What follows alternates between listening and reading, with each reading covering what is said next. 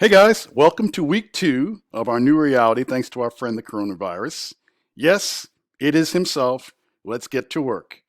Got two observers here to see how well I do. That is Pappy, and right next to Pappy is Roxy. Roxy's camera side, so she's moving away. And you may see as time rolls on, one of my 5 cats actually come across because they tend to get real nosy when I start my lectures. Anyway, couple quick things. I've been looking over your submissions for your soundtrack for your life. You guys are doing a good job. I know some of you still are working on it. Make sure you get it in. Don't worry about the deadline. Just get the thing in there. Some of you have emailed me and said that you're having problems because your launch pad has expired or you never had Top Hat to begin with. Let me tell you, now's the time you have to physically pick up your phone and call them and speak with a human being. With everything that's gone on thanks to coronavirus and everything moving online, all of these software and app companies are being overwhelmed and deluged, but they understand what's happening, and most of them, because it's good PR for them, are giving free accounts out. So even if you haven't had one or you had a temporary one or your account expired, call them, speak with them. Especially, a lot of students who had part-time jobs, their jobs are gone now. They don't have any way to be able to pay for it. So you are finding that if you speak with them, 99% of the time, they'll say, no problem, we'll get you hooked up and you'll be good. But it's going to be on you now to make it happen. Okay, moving on. Let's talk about mass medium in the electronic age. When you had you guys working on music, we talked about music with how it influences us, how it makes us feel. You guys talked about, some songs that were specific in your life, and you did your soundtrack of your life. Music has a way of driving us. It has a way of influencing society. We looked a couple of weeks ago about how rock and roll has, really changed almost all different aspects of our society. So music has had its impact. Another mass medium that had had an impact and continues to have an impact is radio. Radio was probably the first true electronic mass medium. And in fact, radio is still one of the most dominant ways of mass medium today. You still get millions of people around the world every day who tune into radio for information, for news, for music, for entertainment. Radio continues to be dominant. I'm sure you guys can think back to your childhood listening to radio. Maybe you don't listen to the same way you do now. Maybe you're going to your Spotify or whatever. But radio still continues to be a dominant medium. And so we're going to talk about that and discuss a little bit of the history of radio. So I'm going to breeze through these slides on PowerPoint because they're not as important as understanding some of the concepts. It's stuff that's from your textbook, and the PowerPoint slides will be on Blackboard for you to review later. So let me see if okay, I am back. So radio, I can speak English, and the origins of broadcasting. You can see, some of the, the old style radios you have here. And radios when it first came out were as big as your dining room tables, and now you've got radios that are not much bigger than postage stamps. But it was the first dominant mass medium. Music was things that drew people together, and radio was the same thing. People used to gather around radio the same way that you guys gather around your smartphones, or maybe when you were younger, gather around TV, where people used to stare and watch radio. Um, and radio had its origins the same way a lot of communication devices and entertainment things you have today. It was not at first thought about as something that was for the masses. It was something that people thought was going to be good for business and or had a military application. The telegraph we talked about before was one of the first ways to be able to get information communicated over vast distances fairly quickly. And we didn't have to figure out how to use it, so they developed a thing called Morse code. Radio waves were theories that people had knew were around but really didn't know how to make use of them. James Maxwell and Heinrich Hertz. If you know anything about Hertz, we're not talking about the used car people, or let's say the rental car people. Hertz is what radio waves are measured by. And we're talking about microwaves, we're talking about broadcast radio waves, we're talking about cell phone waves. All these things they're measured by using Hertz's name, how many megahertz or whatever. But they knew that they were out there. They knew they were electronic magnetic waves that are out there. Just didn't know how to necessarily harness them. So, let me move my little face here. Later on, some inventors started playing around with wireless, figuring that they can harness these electronic waves that nobody can see. And Guglielmo Marconi, an Italian inventor, was the first one to really figure out how radio waves work, and he's considered the father in one sense of radio. We had the telegraph or telegraphy, but that again used to have to operate over wires from one place to another. Well, Marconi was the first one to come up with wireless telegraphy. So as now you can send signals over the air. You didn't need a physical connection of from wire to wire to make it work. A couple of scientists who were electrical engineers, Popov and Tesla, worked on similar inventions after they saw what Marconi was doing. And then later developments pushed radiotelegraphy, I can never say that word, telephony. Don't hold this against me, guys. Wireless telephony into radio. It's like we already had telephones around, but they were actually experimenting with the first way to figure out how not to have to use cables, as the old phones were, to what eventually would become what we have today, which is wireless phones. But radio and telephones were closely joined together in those early days because they were still trying to figure out how we could use these applications to enhance business and for military use. If you think about it, I don't know how many of you guys have ever seen that movie that came out last year, won an Academy Award, 1918, or was it 1970? 1970, 1918. These two soldiers were assigned to try to get to the front line and let this major know that there was a chance, not there was a chance, that he was walking into a trap, and that we had to do something and to save them so that they could be, they wouldn't get slaughtered.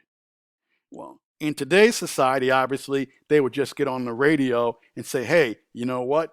Don't go there. Or, they get on the internet or whatever. But back then, during World War I, wireless communication was still relatively young in its infancy. And so we really did not have a clear way to be able to communicate with our frontline troops. Come on. Anyway, the first broadcast was by a Canadian inventor whose name was Reginald Fessenden. Later on, an American scientist and inventor, Lee DeForest, creates the Audion vacuum tube, which later becomes the basis for how radio signals were amplified. And there was this long ongoing battle that even goes today as to, quote unquote, even though Marconi was the one who discovered radio waves, there's been this question as far as like, who's the true father of radio? And who was the true first person who invented or refined or made the first verbal broadcast where you could actually hear not just the dots and dashes of Morse code, but you actually hear voice and music and instruments. I'm going to take a quick moment here to do a little quick, rather than me going into a long detail, let's watch a little short history on AM radio, which was the first of the radio frequencies to become part of the mass medium. I will put up on here a couple of other interesting videos that you guys can watch later that I will not include in this, because I said we're just going to try to go through this fairly quickly. But let's watch this little story about the development of AM radio. In the late 1800s, Reginald Fessenden was one of many scientists intrigued with the concept of spark. Ooh, what just happened?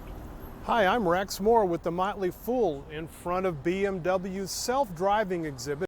Spark gap transmission. Intrigued with the concept of spark gap transmission. He thought it could be the basis for the next great leap in communication. If only the sparks could generate waves of energy strong enough to carry the human voice.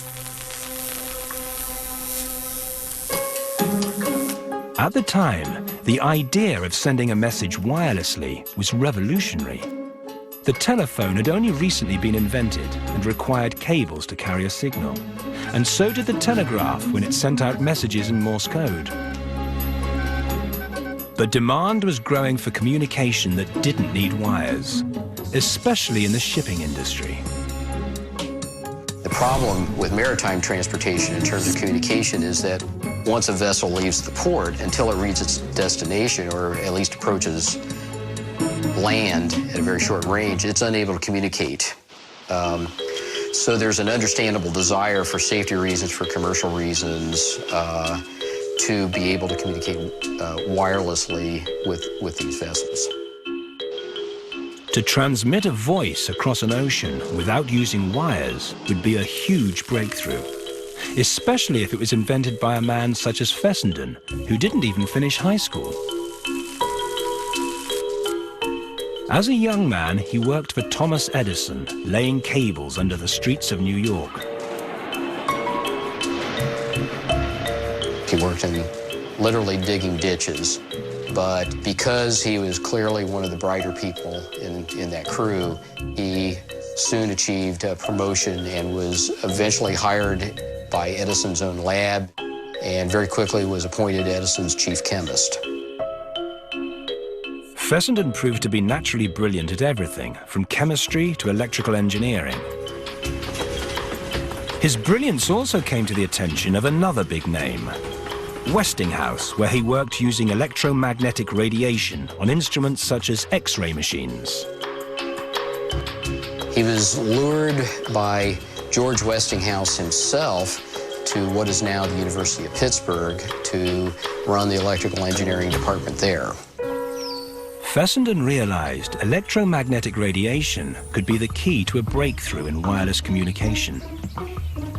A few decades earlier, scientists had discovered that electromagnetic radiation was everywhere and produced invisible waves of varying lengths and frequencies, everything from X-rays and gamma rays to radio waves. Fessenden wanted to use radio waves as a type of highway to carry a voice signal. In order to do so, he would have to create radio waves artificially, because the slow-moving voice signal needed a starting point where it could be linked to a speedier radio wave. That was why Fessenden wished to use spark gap technology to create artificial radio waves. It's two balls, and a charge is built up between the two balls. So literally, a spark will go from one electrode to another. That causes an electromagnetic wave to be emitted. It's invisible, but it can be very powerful. But there was a problem. Radio waves produced by the spark method faded quickly, so were not able to carry understandable voice signals. It also made a dreadful noise. Because essentially, spark gaps create artificial static. That's exactly what they are. His reports from 1899 indicated that he heard very little except sparking. While Fessenden pondered how to solve this problem, a European made headlines around the world. On the 12th of December 1901, Marconi transmitted a wireless signal across the Atlantic using Morse code.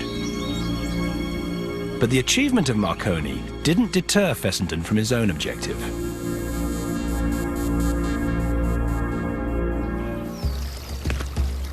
Fessenden had held a suspicion that spark gap technology was not the solution to transmitting radio waves. He then considered a new idea, the theory of continuous unbroken waves.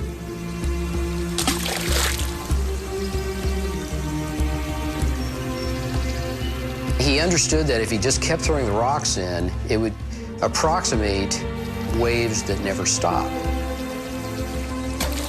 Fessenden wondered that if one strong, long, continuous radio wave was created, would it be able to carry a sound, such as the human voice, for hundreds, even thousands of kilometers?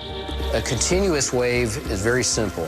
It contains a constant amplitude. That is, the distances between the tops and the bottoms of the peaks is exactly the same. Fessenden thought it might be possible to create a continuous radio wave using an alternator, which turns mechanical energy into electrical energy. But to do so, he would need a machine hundreds of times more powerful than any alternator available at the time. And this was a formidable problem for engineers. He wrote probably the greatest electrical engineers in the world at General Electric, asking them if they could build such a device, and they told him they could not, but they would work on it. In the summer of 1906, General Electric delivered a high-powered alternator. But even this machine wasn't powerful enough. So Fessenden spent months making adjustments to produce an even stronger electrical current. Finally, he was ready to test his theory. He connected the alternator to a microphone at one end and to the world's largest antenna at the other. This was Fessenden's theory.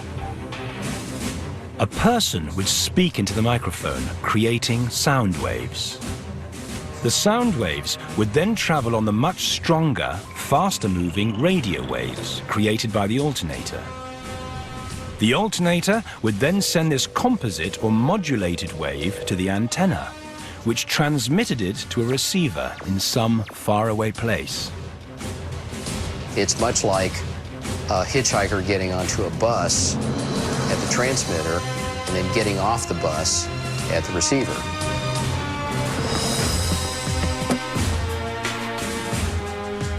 On Christmas Eve in 1906 in Brant Rock, Massachusetts, Fessenden put his theory to the test.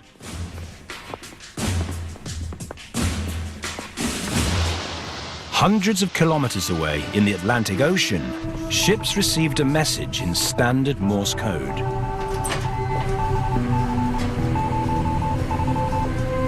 What have you got, lad? Be prepared for something of great interest to follow. It was a prior warning from Fessenden, who wanted to ensure every sailor was paying attention to what happened next. Oh, holy night, the stars are brightly shining. It was an astonishing sound. For the first time ever, a voice was transmitted over a great distance without cables or wires. Fessenden had successfully transported sound on a continuous radio wave, a theory called amplitude modulation, or AM radio. Far earlier than any other wireless inventor, Fessenden understood how AM radio was going to work. It wasn't until the 1920s, however, that the broadcasting boom began to take off, but it spread like wildfire, faster than probably any other technology has ever spread, including the internet.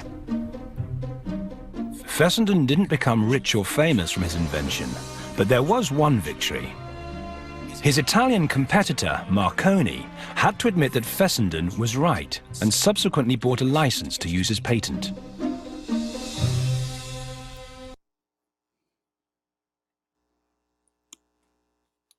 Get Spectrum and enjoy faster surfing, streaming, and gaming with Spectrum Internet. Yes, we don't need Spectrum right now, but thank you for the commercial. All right, so that was a quick history. Because AM radio was the dominant means. FM didn't come around till right around the Second World War, and it was really after the Second World War in the 1950s and 60s that FM started to really gain traction, but it wasn't until the 1970s and 80s. Thanks again to rock and roll and people's desire to want to hear music in stereo, that FM became the dominant medium that it is as far as radio is concerned. By the end of 1980, most of your big music stations had moved from AM to FM, but that's another story for later. All right, so when we discovered wireless technology, it was really, again, something that it was used primarily for ships. Before we had the use of Morse code and wireless technology, a ship would leave port and you wouldn't hear from it again until it arrived, in its next port. Once we had the underground, telephone lines, you could make phone calls, across from the United States to Europe under the Atlantic. But again, if you were a ship at sea, you better hope that there was nothing wrong, because there was no way for you to be able to call out for help. In the Radio Act of 1912, it started requiring licensing and identification for all radio stations. As hobbyists started to play around with radios and things like that as kind of like a home thing to do. People started stepping on each other, started, broadcasting over each other. And there was also concern, because they were still just using primarily Morse code, that the signals were going to start getting this, you're going to start stepping on each other. It also adopted standards for how people could use Morse code, and it started giving official language. And SOS became the big signal for Morse code, which SOS stands for Save Our Ship, because it was still primarily the purview of radio signals for maritime use. And then comes World War I. It's actually, let me say this. Let me go back. It was a major disaster that also pushed and forced all ships to have wireless. Some ships had it, some ships didn't. But it was the sinking of the Titanic that forced all ships of sea to have a radio. It was kind of considered a luxury that people didn't necessarily use. The Titanic, because it was a luxurious ship, had a radio, a wireless telegraph, as they called it. But in the reality, it was only used so that the upper class and rich passengers could send signals back and forth saying how lovely the ship was. They would be sending signals to New York, talking about how great the food was. It wasn't looked at as anything that was important. It was more looked at as kind of like a luxury. But if they hadn't had that radio on there, more lives would have probably been lost, because nobody would have known the ship was going down. And so it was after the sinking of the Titanic, it became mandated that every ship at sea had to have a radio on there. With World War I coming in, there was concern that radio technology needed to be something that had to be nationalized. United States and corporations here were actually licensed to a British company, which was named after Marconi. It was called the Marconi Wireless.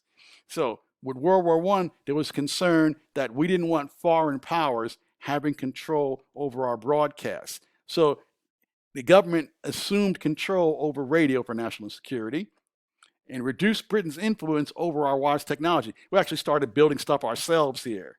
And because of that, what was at one time called American Marconi, because again, everything was named after Marconi, became now the Radio Corporation of America, or RCA. RCA was and still has some influence, but RCA for the first half century of mass communication, mass broadcasting, was the dominant corporation. They were the IBM, they were the Google, they were the Apple of the time. Pretty much, while they had competitors, they were the big dogs. So after World War II, for World War I that was, the first commercially licensed radio station was KDK out of Pittsburgh. KDK is still in existence right now. The U.S. Commerce Department had officially licensed 5 radio stations in 1921. 2 years later, we had 600 plus commercial and non-commercial radio stations. Now, don't think about non-commercial radio stations the same way you think about public radio now. The difference back then between commercial and non-commercial radio only had to do with who owned it, not with how it was funded. As compared to today, non-commercial radio or public radio is different than the way it was, back in 1923.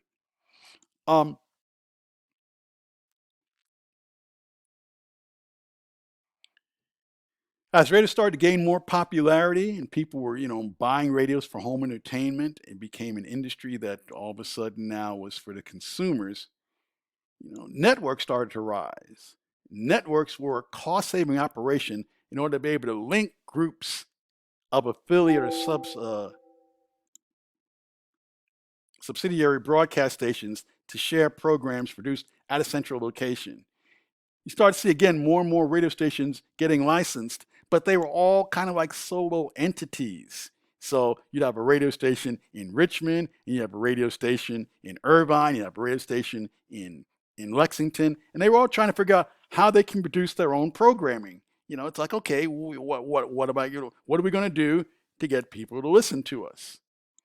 But then came on the idea, rather than us having to try to figure out how we can produce regular programming to fill up our however many hours a day we're going to have in Richmond, maybe we can link with somebody else.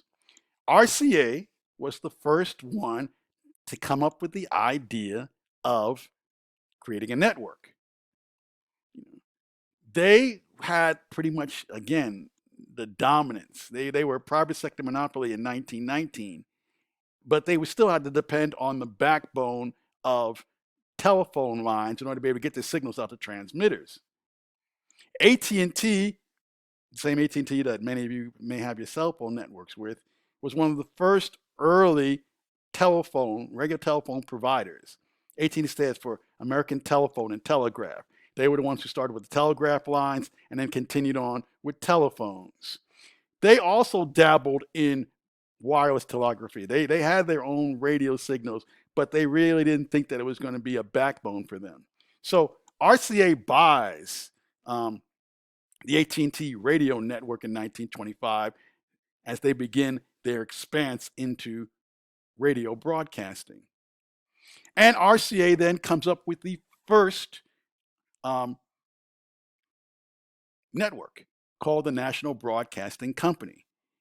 RCA, in cooperation with General Electric and Westinghouse, who were two of the big producers of radios and transmitters, figured out this was a good way to market their product. NBC had 2 networks at the time. One was called the Red, which was the more dominant one. The other one was called the Blue. The Blue tended to be the ones that would go into smaller markets. The Red would tend to be the ones that would, dominate the big markets, Chicago, New York, Philadelphia, etc. Around the same time that NBC was being formed by RCA, there was another radio network out there called the Columbia Broadcasting System that was not significant at that time. And of course, it's better known today as CBS. It was actually on the verge of bankruptcy before, if I remember correctly, CBS was actually owned by a cigar magnate out of Chicago who wanted to get into radio. And when his efforts were failing, William Paley came along and bought it and started to build up. And CBS became a big competitor to NBC because of the way it did its affiliates. NBC, if you wanted to be an affiliate with NBC, you had to pay in order to be part of their system. CBS said, well, you know what? We will do the reverse. We will pay you to be an affiliate with CBS. The only thing that you have to agree on is that you have to carry all of our commercials the way it is. They figured they would make their commercials by, they would make their money by, just having as many different commercials as we can, knowing that the the sponsors would be being heard throughout these stations throughout the nation. NBC pretty much you had to buy in to be an affiliate of NBC. And while NBC may give you some free programs, you still had to carry their commercial spots, and you weren't going to get any money out of it. So it kind of ticked off NBC affiliates, and a number of NBC affiliates actually jumped ship and moved to CBS. By 1949, CBS's ratings actually passed NBC. It's actually at the beginning of the TV age, even though television didn't really become a mainstay until the 1950s. A lot of that had to do with the fact that CBS's coverage during World War II was so renowned. People knew the names of all these different correspondents that were covering the war, especially people like Edward R. Murrow and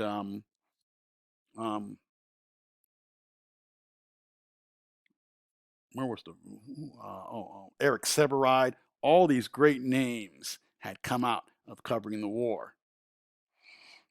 Another radio network that was around at that time was called the Mutual Broadcast System, or MBS. It operated from about 1934 to 1999. It was best known for a lot of the original shows that they had on there, like The Lone Ranger, The Adventures of Superman. It was the first national broadcaster to really get into doing sports. That became their niche for a long time. They did baseball, they did national football games. Notre Dame, which was the big college power at that time, used to do a lot of Notre Dame broadcast games. And as its name may suggest, the Mutual Network was independently owned by stations who bought shares into the system. As compared to NBC or CBS, which was not corporate owned, this was a sharing. Each station, again, had ownership. Even though a lot of the news and radio programs came out of like your big markets like New York or Chicago, again, each station had ownership in the Mutual Broadcasting System. So that's how they supported themselves. Challenge for MBS was that they were still competing with CBS and especially NBC. But the Mutual Broadcast System is the thing that gave birth to what would be eventually known as ABC. So by 1940, Mutual was on par with industry leaders in terms of affiliate roster size. They had a whole bunch of affiliates, but what they realized, or what the problem was, that their affiliates were mostly in smaller markets. They had a hard time penetrating into the larger ones. Yes, they did have a station in New York and Chicago and Philadelphia, but they also had stations that tended to be, not as well supported. They tended to be ones that were kind of like on the fringes of these major markets. And so because of that, they were also lagging in advertising revenue. NBC took in 11 times as much as Mutual did in 1940. NBC also was very good because we talked about they had the two networks. They had the red and the blue. And the blue tended to be the one that would be marketed towards smaller networks. So even though Mutual had a lot of radio stations in small networks, they were still being out-hustled by NBC's Blue Network. So in 1941, because of complaints from the Mutual and other smaller networks about what they considered monopolistic practices by both NBC and CBS, but specifically NBC, the FCC called for NBC to get rid of one of its two networks. It observed that the company had utilized the Blue Network to forestall competition with the red. You would find out that you would not have a red and a blue in the same market.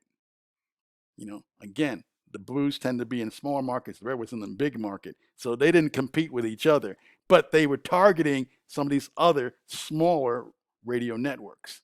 In 1942, Mutual filed a $10 million lawsuit against NBC and its parent company, RCA, alleging conspiracy, hindering and restricting Mutual's freely and fairly being able to compete in the transmission and interstate commerce of nationwide network programs. Before the suit was able to go to court, the FCC's case against NBC went to the Supreme Court, and the Supreme Court ruled in the FCC's favor, and it led to the sale of the Blue Network and Mutual dropping its suit. And the Blue Network, because it was considered the minor network, was sold to what would become ABC. And after the FCC declared in 1941 that no company could own more than one radio network, NBC in 1943 sold the less lucrative Blue Network to Edward J. Noble, the millionaire maker of Lifesaver Candy, who initially named it the American Broadcasting System before settling on the name the American Broadcasting Company. And the rest is history. And so you have your three big networks now. You've got ABC, CBS, and NBC. Later on, of course, we get Fox and a few other things. Yeah, the Radio Act of 1927, licensees do not own channels but must serve the public good. And that leads to the creation of the Federal Radio Commission. The Federal Radio Communications Act, or the Federal Communications Act of 1934, the FRC becomes the FCC to monitor radio, telephone, and telegraph. And it's actually expanded its reach right now. And it permits the commercialization of radio. When radio started to become popular, most people were concerned, or I should say most people, many people were concerned that it didn't want to become commercial. You know, again, the Radio Act was supposed to say that the channels were supposed to serve the public good. It's supposed to be a public trust. They were trying to adopt what they saw was going on over in Europe, especially in London, when you had things like the BBC. You know, most of your radio stations in England, if not all, are owned and regulated by the government to operate in the public good, whereas here everything is independently owned. You know, the Golden Age radio was something that went from the 1920s to the 1940s until TV came along. Most of what you watch and see on TV is the outgrowth of programming and entertainment that initially happened in radio. You know, early on in TV, and we mentioned this when we talked about rock and roll, how you had your big radio stars who were doing all these different radio shows, and they moved them from radio to television. So people like Bing Crosby and Bob Hope, the Lone Ranger, Superman, these were all radio shows that moved to TV and became TV shows. And then again, you continued on to see how that changed and people started getting more and more creative. Programs included comedies, dramas, public service announcements, fireside chats. Radio was also a mirror of what the culture was at that time. You know, there's always been questions about race and sex and things like that, but you know, radio kind of reflected stereotypical attitudes. One of the popular shows on radio, if not the most popular show, and it later transitioned over into television, was Amos and Andy.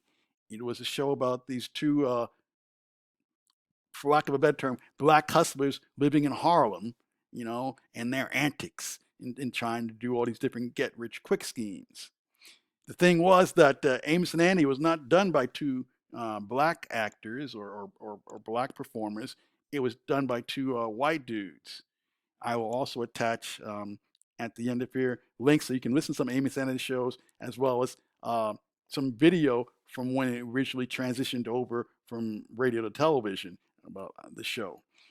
It got a lot of criticism from different elements of the black community, but also there were elements of the black community that did watch it because and listen to it because at least it was something that they thought they could relate to. And radio, you know, wielded authority. You know, War of the Worlds, which was produced by Orson Welles, some people believed was news that the America was being, and the world was being invaded by Martians.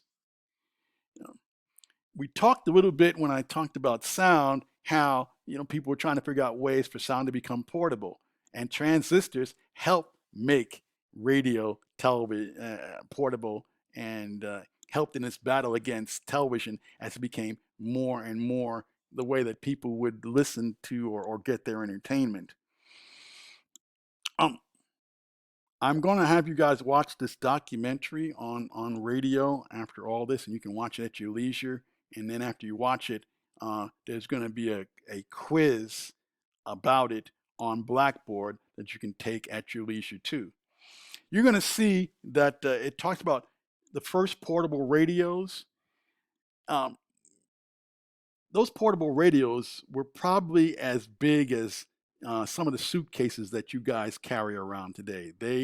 You ever see those roller bags that you have in airports, or even the backpacks you carry around? Well, portable radios were actually bigger than that and heavier than that. And what's funny is the fact that what made early portable radios portable, as far as what the federal government considered portable, is that it had to have a handle. As long as it had a handle, it was considered a portable radio. It could weigh 50 pounds, but it had a handle, so that's what made it a portable radio. Just a little piece of trivia there. AM radio has always been good for talk, not great for music. That's why you saw in the 1970s the real rise of FM radio stations for music. Plus the fact that FM made sure it adopted stereo as compared to mono and radio. FM radio, started to see a little bit of a rise in the 60s, again, because of rock and roll, but it really became dominant in the 70s. In the radio format, pretty much you had program managers or program directors, as the name be called, not disc jockeys, control the station's hour-by-hour music programming. Music was, dominant in radio for years and years and years. And the idea of rotation started to come along at that time. And that's where you got the CHR, as we call it today, or the top 40 formats in the 1950s.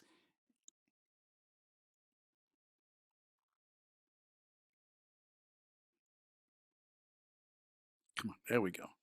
Some characteristics of contemporary radio, the bigger the market, and of course, the more different stations you're going to get. And you got a variety of stations, with a variety of different formats. Foreign language stations, different music formats, rock and roll, R&B, or as it's called today, urban, country. And country is actually the most dominant format on radio today. There are more country music stations in the United States than any other music format.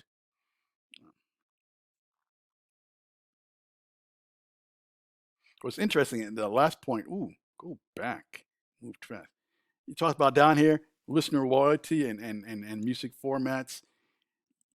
There's almost a generational gap as far as AM and FM listening. Now, if you're in the talk, you'll definitely listen more to AM than you will FM stations, because AM is pretty much now predominantly talk. And that's where you get a lot of your big talk shows like Rush Limbaugh, etc. Conservative talk radio is primarily found on AM. And AM tends to have a much older audience.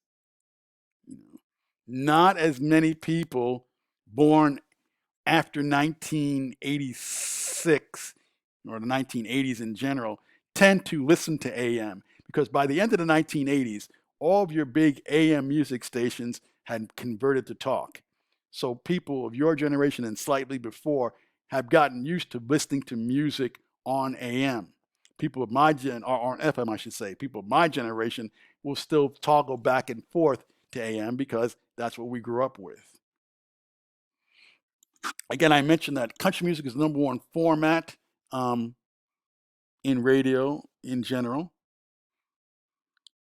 There are still some old, what we would call dormant formats in smaller communities. If you guys are ever driving and you're into like real rural areas, you'll get what they call sometimes those traditional radio stations, both AM and FM, that will do a little bit of everything. They'll have news at the top of the hour, they'll have a little bit of talk, and they mix in music because they tend to have a wide range. And they'll tend to play a wider range of music, stuff from even the late 60s, 70s, 80s, and contemporary, because they have a wide area, maybe not as many people that live there, so they're trying to cast a wide net to catch as many people as possible. Again, on AM, news talk is the most dominant format. You got people like Howard Stern and Rush Limbaugh, even though Howard Stern has moved from terrestrial radio to satellite radio. You have, of course, AC, which is adult contemporary. It tends to be more middle of the road. You get a lot of love songs. You get people like Sade and things like that. It's also a dominant format for women. More women tend to like AC formats than any other. You have contemporary hit radio CHR, plays appeal to people your age, maybe a little bit younger, a little bit older. For a while there, it lost ground to MTV in the 1980s and 90s when MTV used to actually play music videos. Then it's also lost some ground to online, but it's still fairly popular. Not very popular. It's still very popular, especially when MTV stopped showing music videos. I mentioned Urban Contemporary, which is, it used to be called, as we saw in the documentary, used to be called Rhythm and Blues or Black Music. In the 60s, during the Black Power movement and the Civil Rights movement, it changed from quote unquote black music to soul music. Then with rap and hip hop coming about in the 80s and 90s, it changed its format again to call it hip hop, or now urban contemporary.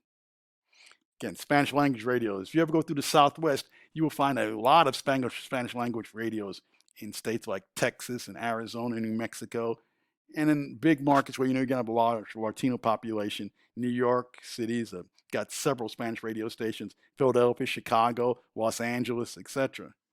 AOR, album-oriented rock, was something that actually came out of college radio stations back in the 60s and 70s. Many colleges had those FM stations, and they were tired of playing the short contemporary hits, so they would actually play the album cuts. Some of the most popular radio formats, you can take a quick look here. I'm not going to go into it. Again, this PowerPoint slide will be on a Blackboard for you to review at any time. There was a concern that radio was losing its educational value, that it needed to do more than just play a lot of music and make a lot of money. So in the 1960s, the Corporation for Public Broadcasting came along, which was going to take care of public or educational TV and educational radio. The federal government, was trying to help nonprofit out. So it authorized non-commercial licensed stations not affiliated with either labor, religion, education, or civic groups. The Pacifica Foundation was the first one that actually ran public radio stations. It also approved low power stations so that communities could actually get in on being able to buy and have radio stations. You can still find some low power stations in and around the area. Here in Lexington, I forget what the frequency number is, but there is at least one low power station in the area.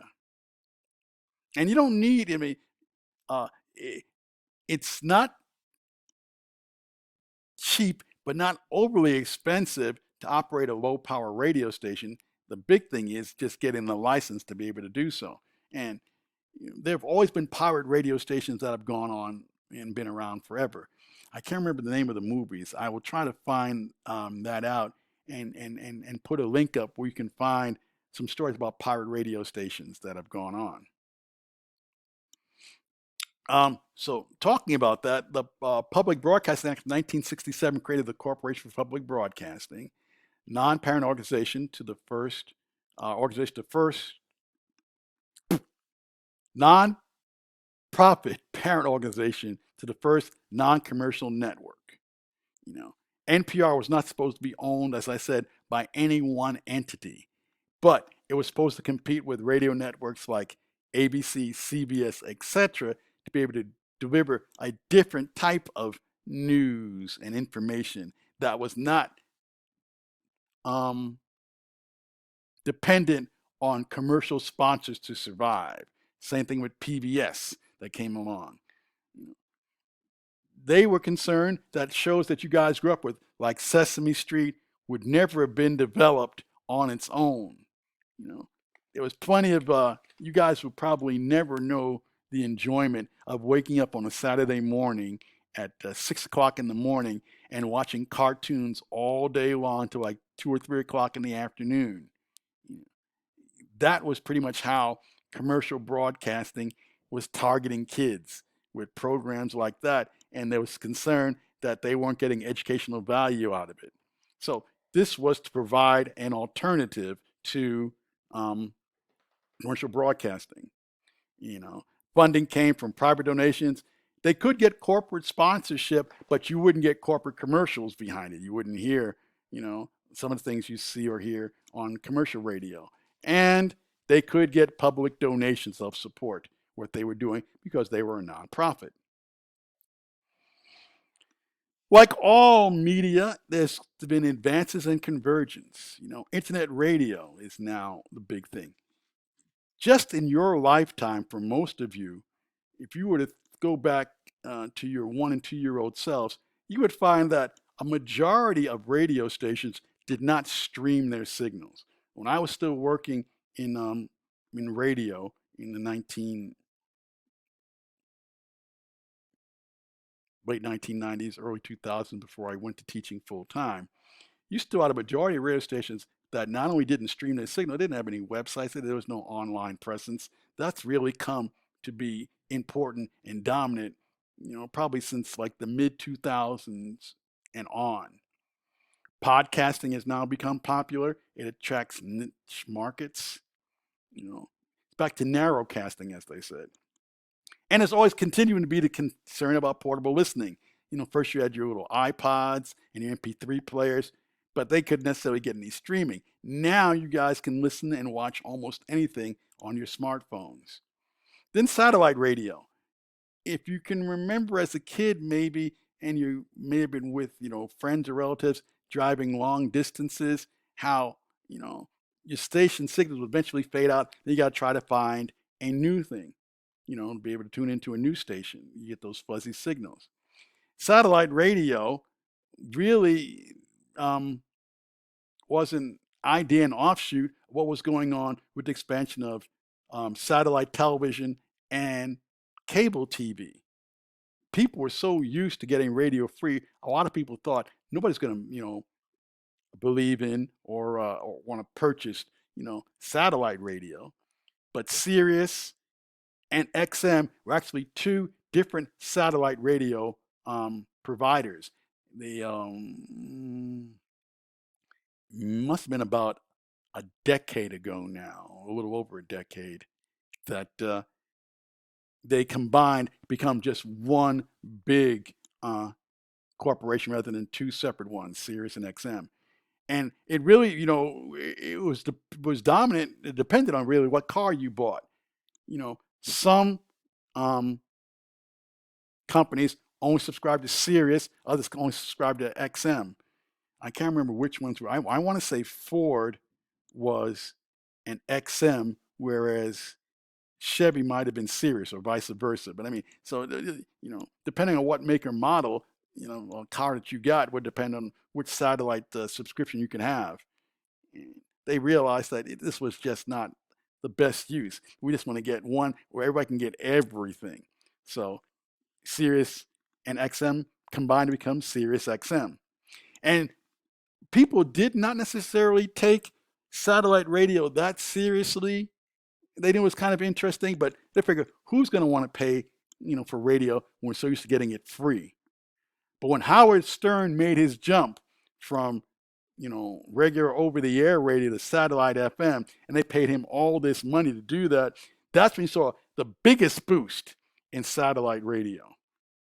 And now, when you buy your car, if you buy a new car, even a used one, when you first buy it, if it's a newer model, you will get like 3 or 4 months of satellite radio for free, maybe even up to 6 months, because they want to get you hooked.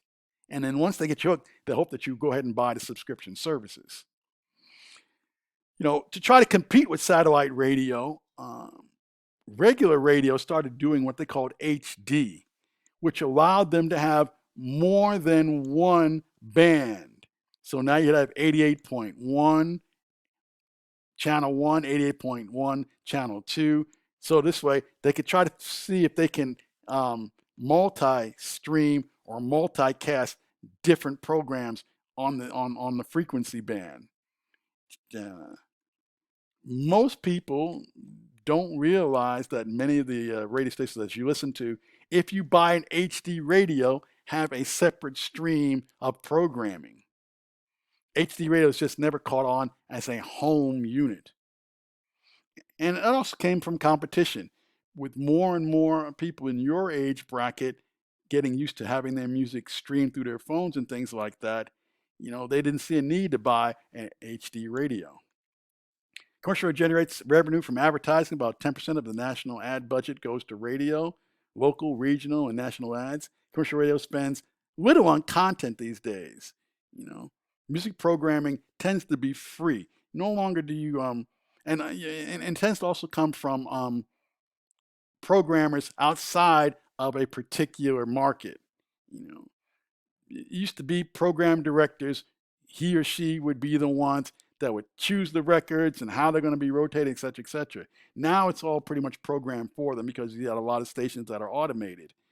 And also, too, what you see that music companies give radio stations and these formatted program consultants their music free because they're trying to promote their artists. They're trying to get as much airtime as possible so they maybe catch on and people will buy their music.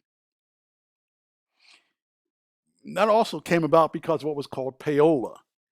Back in the 50s and 60s, if I was a record corporation or I was record rep, I would go to my local radio station or the radio station that I thought was important, and I would say, here's my group, and here's another $50 to try to pay get them playing that much more. And it was called payola. It wasn't illegal, but it was a way to make sure that you got your records out there. And if I knew this guy was paying 50, I might pay 60 because they realized that DJs weren't necessarily making a lot of money. It also resurfaces in the growth of streaming,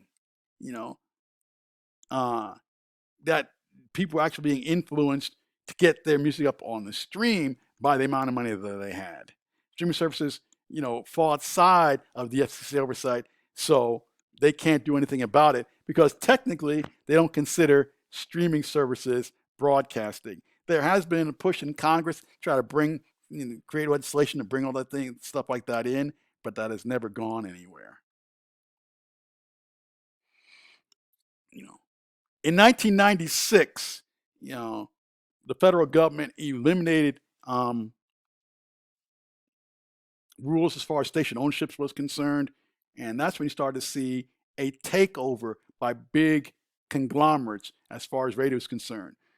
For the most part, up into in the 1990s, radio stations were like mom and pop operations. A lot of people call the decision to eliminate ownership the Walmarting of radio, because like with Walmart, when it comes in, people stereotypically say that Walmart drives up business to downtown and small shops.